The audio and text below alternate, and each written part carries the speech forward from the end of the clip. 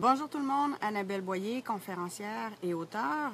Aujourd'hui, je vais vous parler d'un sujet un peu particulier parce que ça fait 3 fois cette semaine que je me fais dire que moi, je suis chanceuse d'être disciplinée, que moi, je suis chanceuse de réussir. Et ça me fait toujours un peu sourire quand j'entends ces phrases-là parce que il y a quelques années, j'étais allée à une conférence d'Alain Sanson. La conférence s'intitulait « Faites votre chance ». Et Alain expliquait que quand on met en place certaines stratégies, quand on travaille à développer un projet et qu'on pose des gestes concrets, qu'on met en place tous les moyens nécessaires et que ça réussit, les gens qui, eux, ne sont pas encore dans l'accomplissement de leurs objectifs vont nous dire qu'on est chanceux et vont être quelque peu envieux.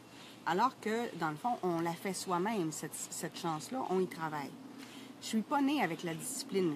Quand j'étais enfant, j'étais pas particulièrement disciplinée. J'étais même plutôt paresseuse. Ma mère pourrait vous le dire. Donc, mes sœurs étaient beaucoup plus disciplinées que je ne l'étais. Si je pouvais me sauver d'une tâche, je m'en sauvais. Mais, à un moment donné, évidemment, moi, je suis asthmatique, donc tout ce qui est effort physique, en général, c'est plus difficile. Et quand je suis arrivée au secondaire, bien évidemment, il y a des sports pour lesquels j'avais plus de difficultés, étant donné que j'avais pas de souffle. Et à la fin de secondaire 1, bon, évidemment, on joue au volleyball. Je ne suis pas très bonne au volleyball. Et assez pour que les cours soient désagréables, parce qu'évidemment, quand tu n'es pas très bonne dans un sport, bien, il y a des gens qui ne veulent pas te faire de passe, évidemment. Il y a des gens qui chialent tout le temps. Donc, quand l'année s'est terminée, je me suis dit que moi, je ne voulais plus ressentir ce désagrément-là et je ne voulais plus avoir honte de moi. Donc, pendant tout l'été, je me suis entraînée. Et je suis allée toute seule dans mon coin à pratiquer à faire des touches, à pratiquer à faire des manchettes pour être en mesure de revenir en septembre avec une technique beaucoup plus solide.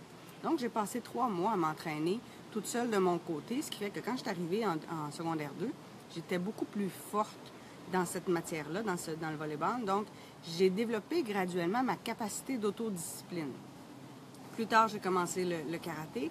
Encore une fois, j'ai pas un très grand gabarit, je suis pas très grande, je suis pas très musclée, j'ai des petits os. Donc, pour moi, c'est extrêmement important de bien travailler la technique parce que sinon, quand j'arrive devant quelqu'un de costaud, évidemment, le blocage fonctionnera pas, la prise fonctionnera pas.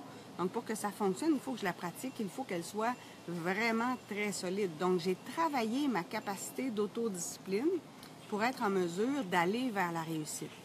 Et c'est la même chose pour tout dans la vie. Si vous voulez réussir en affaires, si vous voulez réussir dans vos loisirs, si vous voulez accomplir des projets, bien, ça prend une certaine capacité d'autodiscipline. Et cette capacité-là, bien, c'est comme un muscle. On peut la développer, on peut la former, on peut la motiver parce que ça vous prend, dans le fond, un objectif qui est suffisamment fort. Si votre objectif n'est pas suffisamment palpitant et emballant, si vous n'êtes pas tout à fait enthousiasmé, si vous ne voulez pas absolument atteindre cet objectif-là, bien évidemment, la capacité d'autodiscipline va être très, très, très limitée.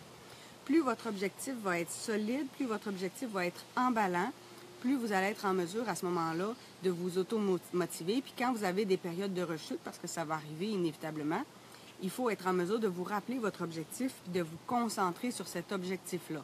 Donc, si votre objectif, c'est de dire, bien, je veux me remettre en forme ou je veux perdre du poids ou je veux me remettre en santé, mais à chaque fois que vous avez un comportement qui est plus déviant, qui ne va pas dans le sens de votre objectif, il faut être capable de vous arrêter, de vous rappeler votre objectif et que cet objectif-là soit suffisamment palpitant pour vous ramener dans les actions et dans les moyens qui vont vers l'atteinte de cet objectif-là.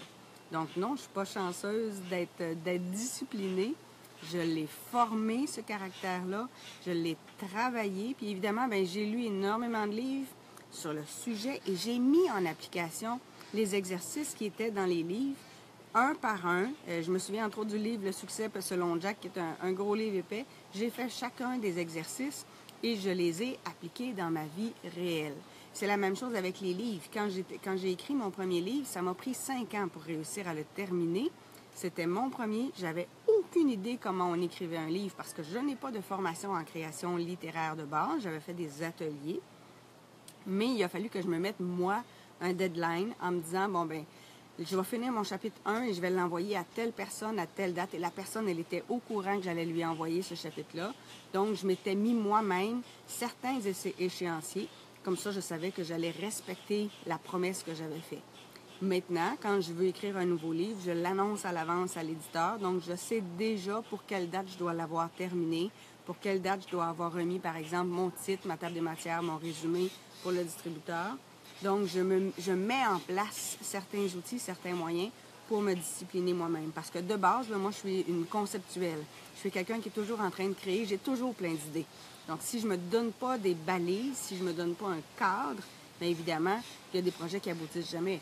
Donc, je réussis, j'accomplis beaucoup de choses, j'écris beaucoup de livres parce que je me suis donné un cadre et je respecte ce cadre-là. Donc, ça veut dire que si vous voulez réussir en affaires, si vous voulez réussir dans votre santé, dans votre poids, dans vos relations, ce que vous avez à faire, c'est à déterminer quel est votre objectif. Et cet objectif-là, il doit être vraiment emballant, il doit être plus fort que tout.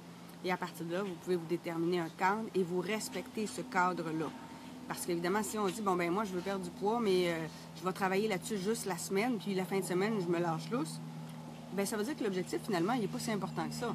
Donc, il faut vous concentrer sur ce que vous voulez vraiment changer. Quand on décide qu'on fait un changement de vie, le changement de vie, il se fait tout le temps, jour après jour.